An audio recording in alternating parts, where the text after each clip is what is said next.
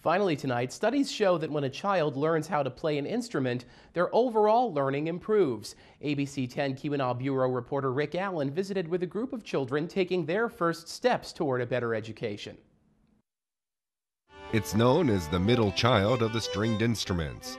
The viola is bigger than a violin, but smaller than a cello.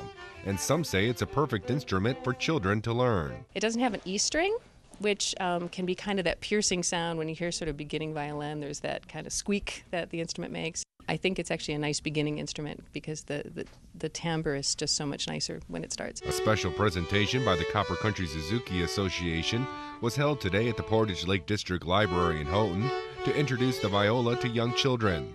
After learning about the instrument, the children were given a chance to play one as part of a viola petting zoo.